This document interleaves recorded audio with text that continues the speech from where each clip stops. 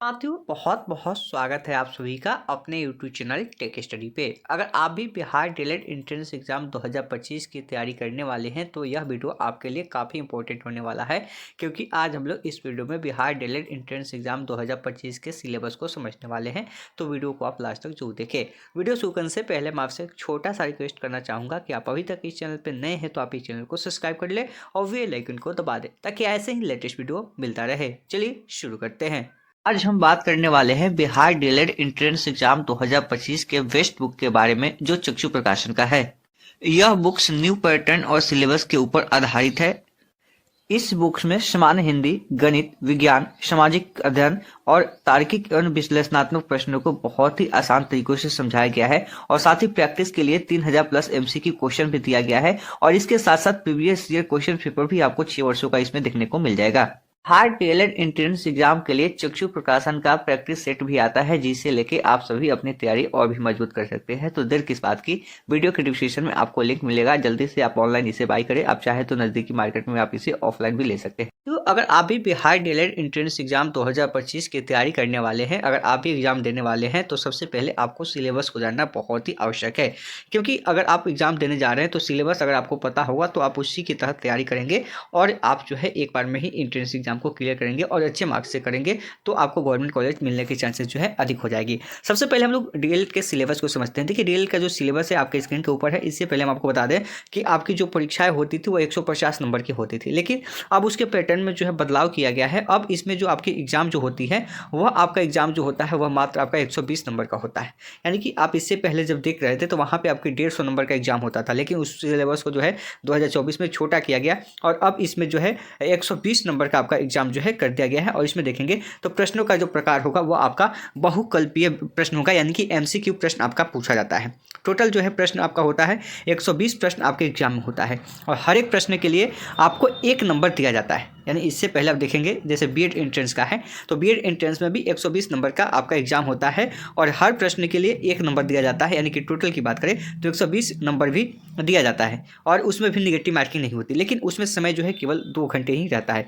लेकिन जो आपका डीएलएड का सिलेबस है जो 120 क्वेश्चन आपका रहता है उसके लिए 2.5 घंटे का समय आपको दिया जाता है, यानी कि 150 मिनट का समय मिलता है 120 क्वेश्चन के लिए। ध्यान रखिएगा इसके अंदर भी कोई भी निगेटिव मार्किंग नहीं है। इससे पहले हालांकि बातें चल रही थी कि निगेटिव मार्किंग होगी, लेकिन कोई भी निगेटिव मार्किंग आपकी इस बार नहीं है और आगे भी 2025 के अंदर नहीं होने वाली है। अब इसके अंदर जो टॉपिक से जो सवाल पूछे जाते हैं उसको समझने का प्रयास कीजिएगा। अगर हम बात करें हिंदी की तो हिंदी या उर्दू, बहुत सारे ऐसे कैंडिडेट होते हैं जो उर्दू लिए होते हैं तो उनको उर्दू भी पढ़ना होता है। ठीक है, जैसे जो सामान्य जो अभ्यर्थी होते हैं जिनका हिंदी है तो हिंदी से उन्हें 25 नंबर का प्रश्न पूछा जाएगा, उनसे प्रश्न हिंदी का 25 नंबर का। और जो उर्दू है सामान्य उर्दू लेना चाहते हैं तो उनके लिए 25 नंबर का उर्दू का सवाल पूछा जाएगा।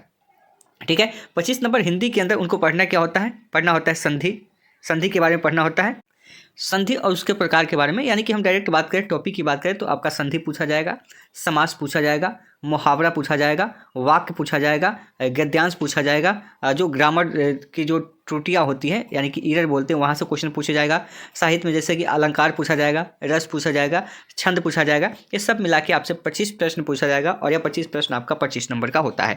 वहीं बात करें मैथ का सवाल जो है पूछा जाता है सभी स्टूडेंट से, 25 नंबर का मैथ होता है। मैथ के अंदर जो वास्तविक संख्या है वहाँ से क्वेश्चन पूछता है, जो बीज गणित और बहुपद है वहाँ से क्वेश्चन पूछता है, रेखीय समीकरण है वहाँ से क्वेश्चन पूछता है, त्रिकोणमिति है वहाँ से क्वेश्चन पूछता है, ज्यामिति है, त्रिभुज है, वृत्त है, क्षेत्रफल है और आयतन से क्वेश्चन आपका पूछता है, सांख्यिकी से आपका क्वेश्चन पूछता है। इसके अलावा आप देखेंगे तो विज्ञान के अंदर यानी कि जो आपका मैथ में सवाल पूछा जाएगा इन्हीं सब टॉपिक से आपका पूछा जाएगा और यह टोटल आपका 25 नंबर का आपका यहाँ से पूछा जाता है। ये आपका सिलेबस है।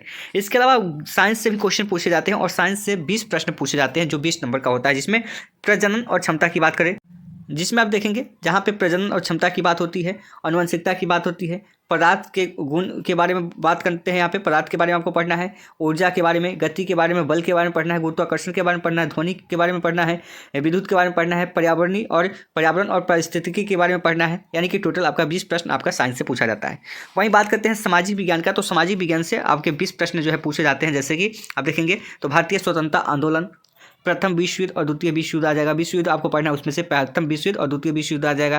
यूरोप में राष्ट्रवाद आपको पढ़ना है, भारत और उसके पड़ोसी देश के बारे में पढ़ना है, कृषि और औद्योगिकीकरण के बारे में पढ़ना है, फिर आपको जनसंख्या के बारे में पढ़ना है। ये सभी टॉपिक आपको सोशल साइंस के अंदर पढ़ना है और सोशल साइंस से आपके 20 प्रश्न पूछे जाएंगे। वही समान अंग्रेजी की बात करें तो अंग्रेजी भी आपका पूछा जाता है। अंग्रेजी के रूप में देखेंगे तो आपका व्याकरण होता है, जैसे कि व्याकरण के अंदर टेंस होता है, नरेशन होता है, वॉइस होता है, फिर आपका एंटोसाइनो होता है। इसके अलावा वाक्य सुधार और निर्माण, जैसे स्पेलिंग एरर हो गया वो पूछता है, फिर पैसेज पूछता है आपका। तो टोटल 20 प्रश्न जो है आपका अंग्रेजी के अंदर पूछा जाता है। इसके अलावा अगर रीजनिंग की बात करें, जहाँ पे रीजनिंग देखिएगा तो रीजनिंग में आपका 10 प्रश्न पूछा जाता है। रीजनिंग में देखिएगा तो जो आपका समानता की बात करें, एनालॉजी पूछा जाता है, फिर कोडिंग डिकोडिंग पूछा जाता है, सीरीज यानी नंबर सीरीज जो होता है वो पूछा जाता है, ब्लड रिलेशन पूछा जाता है, वेन डायग्राम पूछा जाता है और सीटिंग अरेंजमेंट पूछा जाता है। ये सभी प्रश्न जो है आपके इसमें पूछे जाते हैं। यानी कि टोटल आपका 120 प्रश्न पूछा जाता है और 120 प्रश्न के लिए आपको 150 मिनट यानी कि 2.5 घंटे का समय आपको दिया जाता है। पहले आपका 150 प्रश्न भी पूछा जाता था, लेकिन अब जो है इसको हटा के अब इसको जो कर दिया गया है मात्र और मात्र आप देखेंगे तो 120 प्रश्न ही कर दिया गया है। इससे संबंधित अगर देखेंगे तो अपडेट भी आई थी, जो अभी इस बार परीक्षा आपकी चल रही थी, तो उसमें जो बदलाव हुआ था देख सकते हैं। जो प्रमुख बदलाव हुआ था कि अब 2.5 घंटे में 150 प्रश्नों की जगह केवल 120 प्रश्नों को देने होंगे जवाब। यानी कि पहले 150 प्रश्न पूछे जाते थे, लेकिन अब 120 प्रश्न का ही जवाब देना होगा, 120 प्रश्न पूछा जाएगा।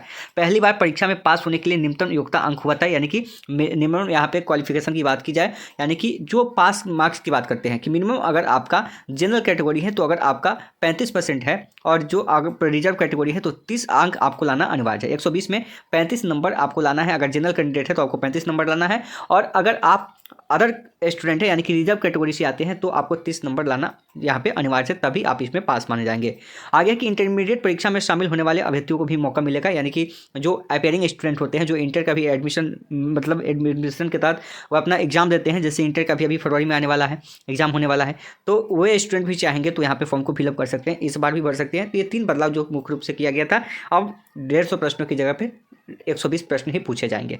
तो ये कहीं ना कहीं अभ्यर्थियों के लिए राहत बड़ी है, और इसके लिए समय भी आपको 2.5 घंटे दिया गया है। अब इसी के आधार पे आगे भी आपका जो एग्जाम होगा वो भी एग्जाम होने वाला है, इसलिए तैयारी करते समय इन सिलेबसों को जो है आप तो ध्यान में अवश्य रखिएगा।